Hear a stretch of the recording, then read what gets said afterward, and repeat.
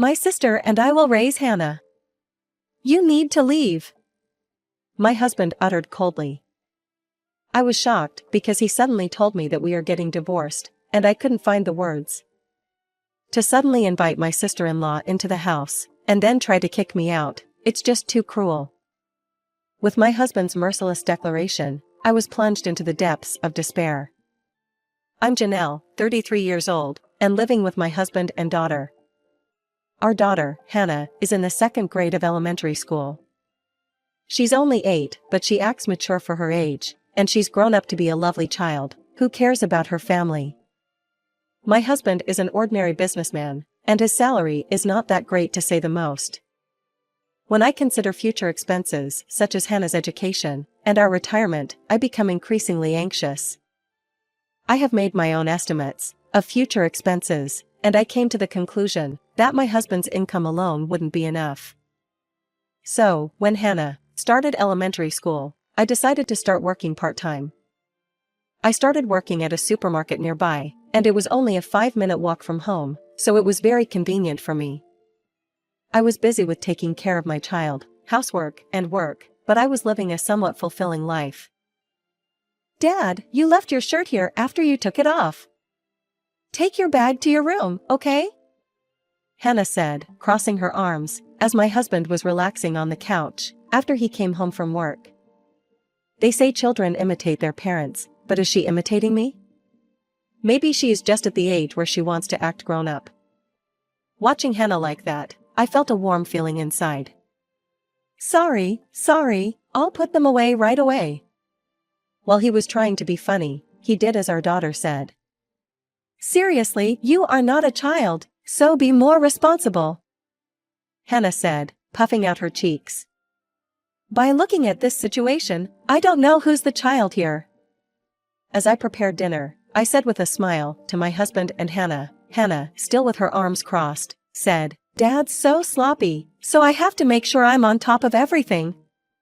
After saying that, she sighed, and made a gesture as if to say, oh well. Hannah's critiques continued. And you have to do something about that belly of yours. It doesn't look good, and I'm embarrassed. My friends will laugh at me if my parent has a potbelly. When my husband was told this, he could only chuckle while rubbing his protruding belly.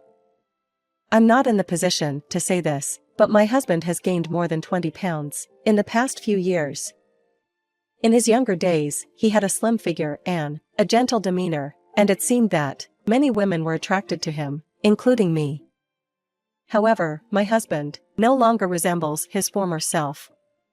He has just become an overweight middle-aged man.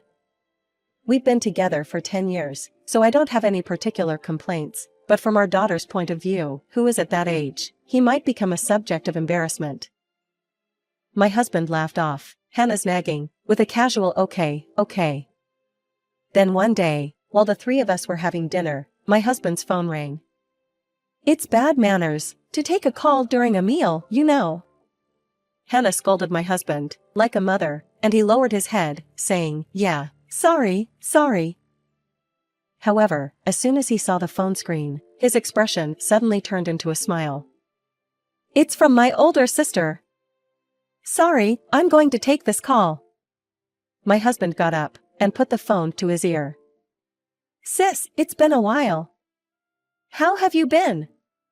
Whether it was the joy of having a long-awaited conversation with his sister or not, my husband's eyes were sparkling. The last time I met my sister-in-law was 2 years ago. When Hannah graduated from kindergarten, we visited my parents-in-law, and by chance, my sister-in-law and her husband were also visiting them.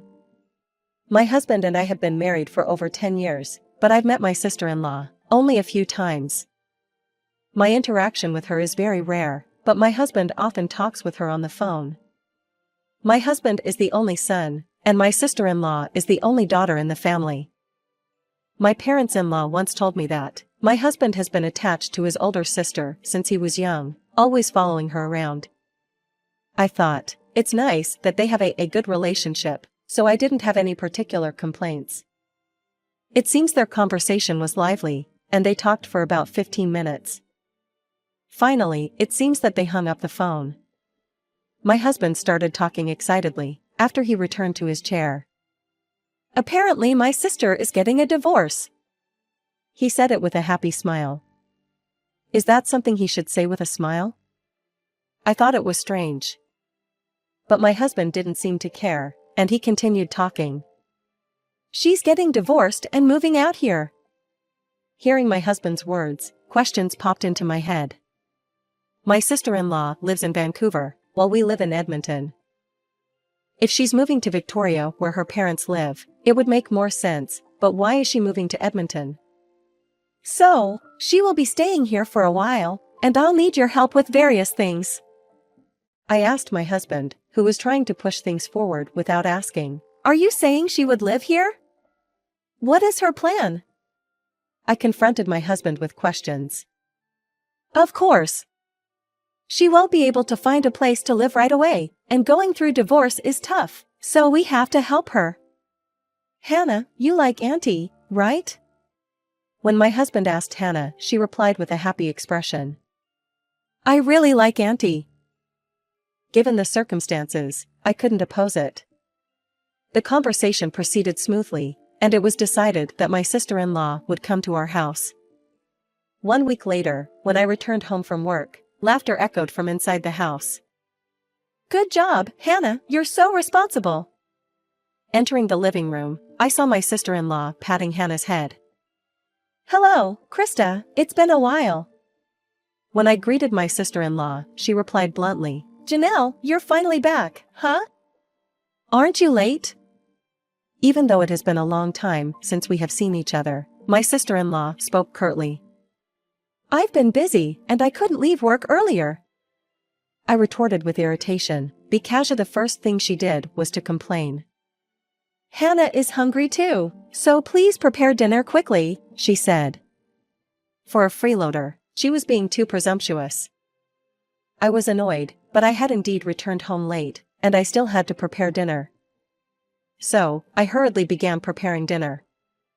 From that day on, my sister-in-law began living with us. She talked about the reasons for her divorce, but it was a rather vague explanation. She listed complaints about her husband for not doing housework, having a cold attitude toward her, and so on, but it felt like she was just making up the excuses to justify the divorce. My husband didn't seem concerned. He simply seemed happy to live with his sister, and he didn't mention anything about her future plans. 2 weeks had passed since my sister-in-law arrived. But it seemed she had no intention of looking for a new place or job. While it would be fine if she helped with household chores, but she mostly just lounged around at home. I even had to prepare meals, juggling it with my job. At least, she actively took care of Hannah, so I was able to hold back my complaints. When Hannah wasn't at home, my sister-in-law would either watch TV or play with her phone. This life continued, and my frustration only grew. One day, after my sister-in-law and Hannah had gone to bed, I vented my frustration to my husband. "How long are you planning to let your sister stay here? Wasn't she supposed to look for a place once she got here?"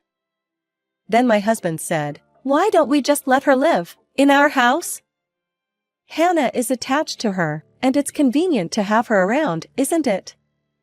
I couldn't believe what I was hearing from my husband. Even though she's his sister, there's a limit. I couldn't allow my sister-in-law, who neither works nor does any housework, to keep living in our house. It's not convenient at all. It's rather causing me stress. You should tell your sister to leave soon. I confronted my husband in a firm tone. However, my husband said with an irritated expression, "How can you say such a cruel thing? Tell my sister, who just got divorced and is heartbroken, to leave? I didn't think you were that kind of person." He was angry with me. I was filled with despair when I saw my husband defending my sister-in-law without caring about my hardships. I was beyond angry and even sad. I haven't seen any sign of my sister-in-law being heartbroken in her usual behavior.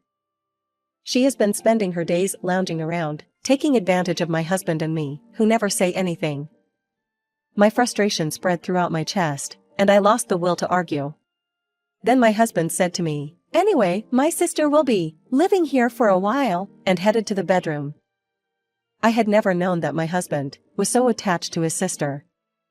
Could I find a way to conquer this situation? If I keep living with my sister-in-law, I will become insane from the stress. I shudder at the thought, but no solution comes to mind. I went to bed with a heavy heart, and I couldn't fall asleep for a long time. A few days later, when I returned from work as usual, my husband and sister-in-law were sitting facing each other, chatting and laughing. Without thinking much, I began preparing dinner, but my husband called me. "Janelle, can you come here for a moment?" My husband summoned me. I stopped cooking and headed towards my husband and sister-in-law. My sister-in-law was grinning, with a somewhat unpleasant smile, staying silent.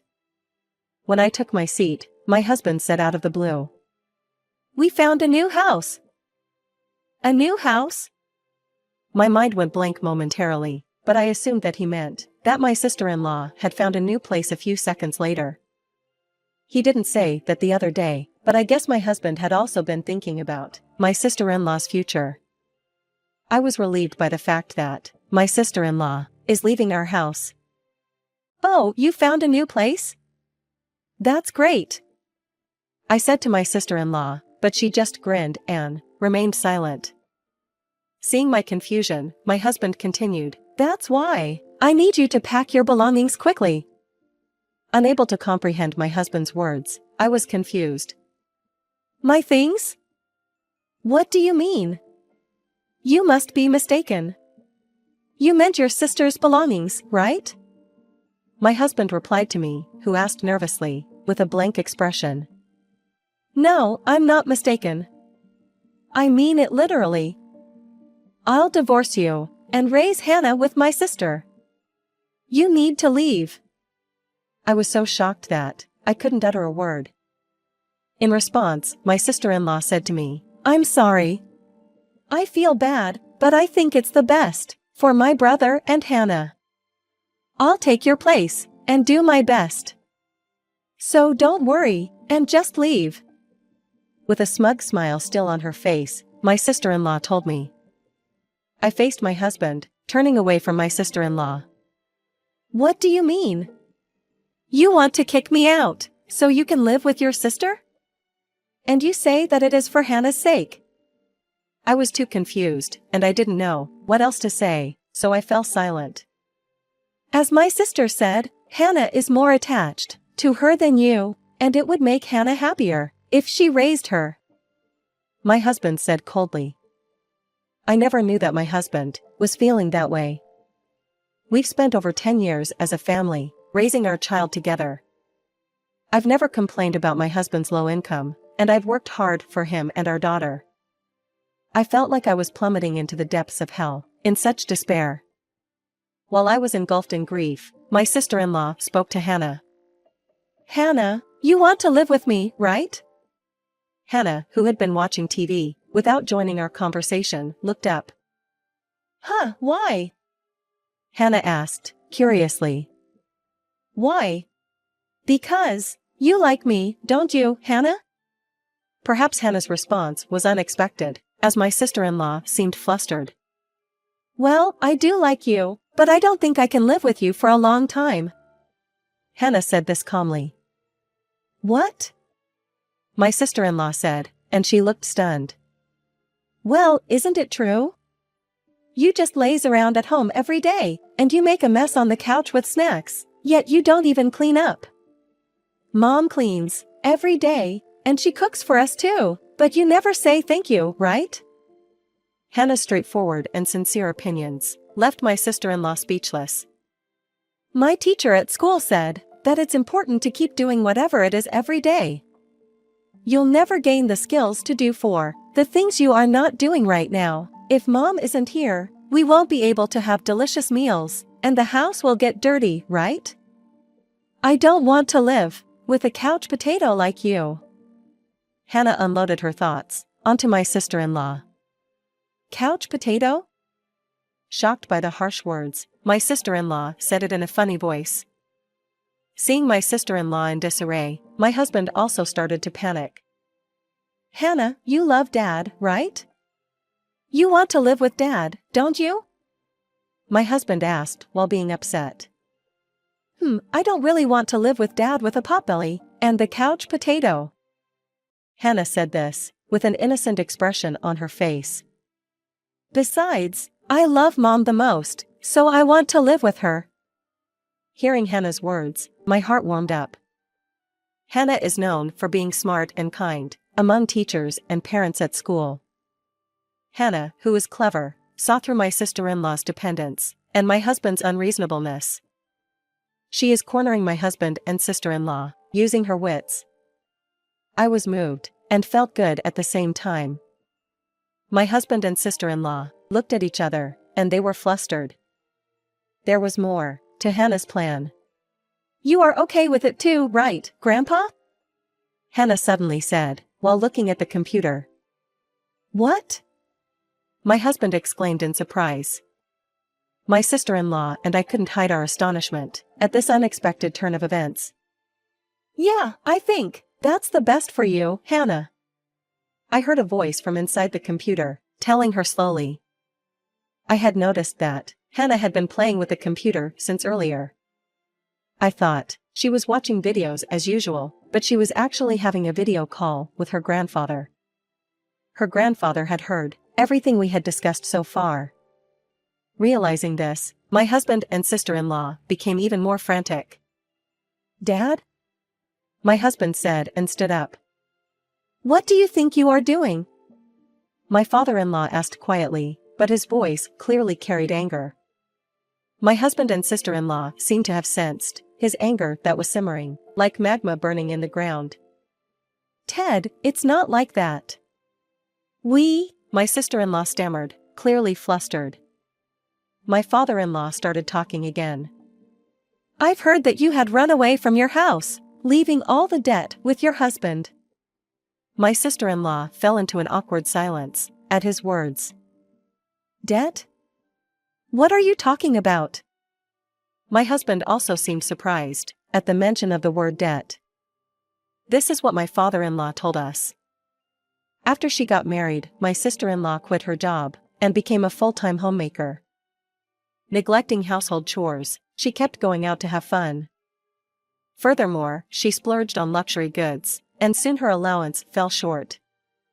Out of a desire for spending money, she resorted to borrowing money.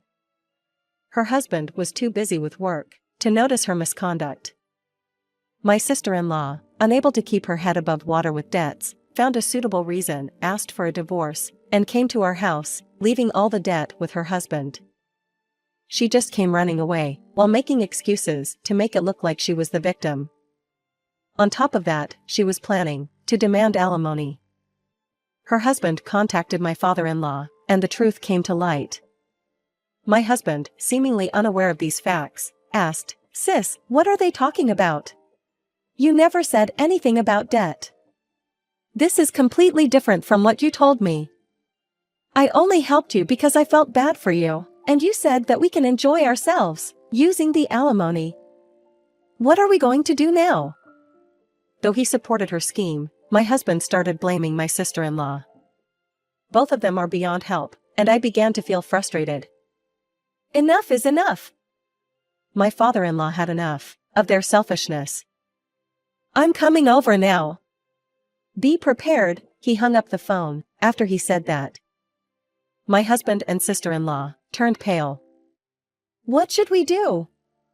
Your father's coming, and my husband will probably come too. My sister-in-law sought help from my husband, but he said, I can't do anything about it. In fact, I might get killed by Dad. Overwhelmed by my father-in-law's warning, my husband and sister-in-law lost their minds and had tears in their eyes. Hey, Janelle, please help us. My husband asked me, of all people, for help. I no longer had any affection for him. It's pitiful to seek help from someone you tried to abandon. You should live happily with your beloved sister. You with a potbelly and a couch potato. Feeling victorious, I looked down on my husband and sister-in-law. When I glanced at Hannah, she was wearing an innocent smile, even in the midst of this intense situation. She had defeated the monsters tormenting me.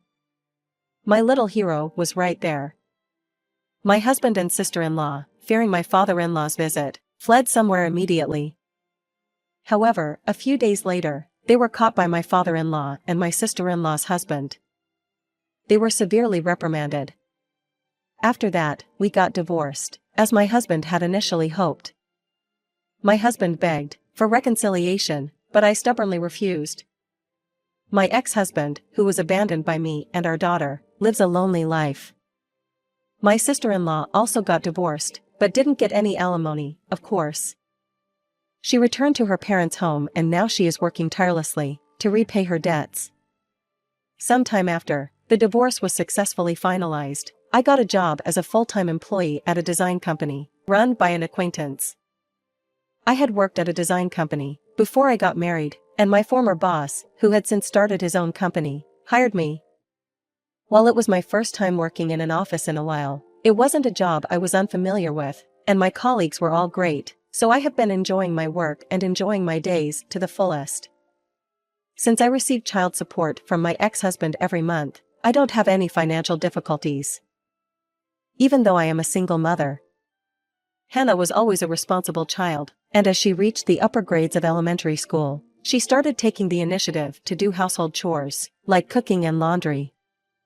She's intelligent and kind, and it seems she's become a leader in her class at school. She's still talkative, and known for speaking her mind, which makes the boys a little afraid of her. I chuckled when I heard that, but at the same time I was determined to learn from her. I'm doing my best every day to protect Hannah, but in reality, I might be the one being protected. I'll work hard again today, so that Hannah won't call me good-for-nothing alien. With that determination, I looked up at the blue sky and started heading to work again today.